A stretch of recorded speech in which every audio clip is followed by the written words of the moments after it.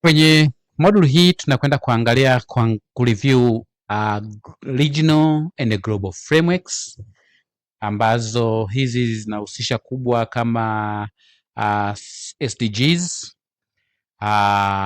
African Agenda 2063. Hizi ni baadhi ya regional and global frameworks za msingi ambazo inabidi uzipitie, ambayo hii ina focus kwenye kualign institutional strategies with regional and global frameworks ili tuweze ku enhance partnership and resource mobilization pamoja na strategic positioning. Kwa hiyo focus kubwa kwenye public sector tunapofanya review ya hizi global au regional frameworks, tunataka tuangalie maeneo ambayo kuna potentiality ya kufanya partnership, lakini pia uwezekano wa kumobilize resources na kufanya strategic positioning sisi kwa ajili ya kutapu hizo resources. Kwa hiyo tunapoangalia hizo, purpose yetu ni ensure institutional inakwenda nje ya box. Tunasema hapa tunakuwa outside the box. We go beyond compliance. Hizi za national tulikuwa tunataka just compliance, lakini hizi za global tunataka tuende beyond compliance, tuweze ku tap areas for funding, opportunities, knowledge exchange, partnership. Those are the issues ambazo tunaziangalia. Strategic position, role in strategic position kama tulivyosema ni kujiposition institution globally. Wakati tunataka kujiposition kwenye global arena, ndio unatumia hizi framework.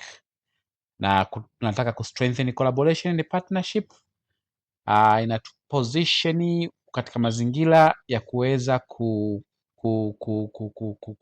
address issues zilizopo kwenye labda EAC, African Union, SDGs kwenye global level, kuna kanda mbalimbali. Kwa hiyo utajiposition.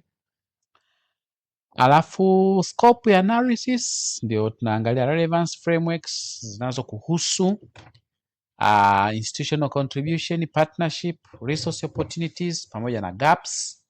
Steps ni kama zile zilizopita, lakini pia expected output. Ukifanya unatakiwa uweke alignment report, uweke partnership strategy, uweke resource mobilization plan. Kwa hiyo hizi in most cases zitakuja kusaidia kule kwenye kumobilize resources. Alafu kwenye tool na penyewe tuna tool yake ambayo naiattach pia hapa kwenye video chini. Utakapokuwa unaangalia video hii, chini yake kutakuwa kuna hii tool ambayo kimsingi na kwenyewe tu unakuwa unaainisha framework unaizungumzia, framework name, level kama ni ya regional, global au EAC, name ya hiyo framework, key priority au goal unayoaddress, relevance institution, partnership and collaboration, resource mobilization opportunity, gap identified, alafu tunasema required strategic response. Kwa hiyo hayo ni mambo ambayo unayaangalia, na findings lazima ziwe captured through hiyo matrix kama nilivyosema, ambayo itakusaidia kuwa structured wakati unafanya analysis ya kwako. Kwa hiyo hivyo ndivyo ambavyo tunaziangalia hizi global na regional framework. Key issue ni kuhakikisha kwamba una capture vizuri information hapa, na mind you, wakati unafanya hizi review ni better uka cite mpaka zile sections, ili zikusaidie wewe kukumbuka kwa urahisi sana wakati unaandika strategic plan yako. So hope mtakuwa umeenjoy. Tuonane katika session inayofuata.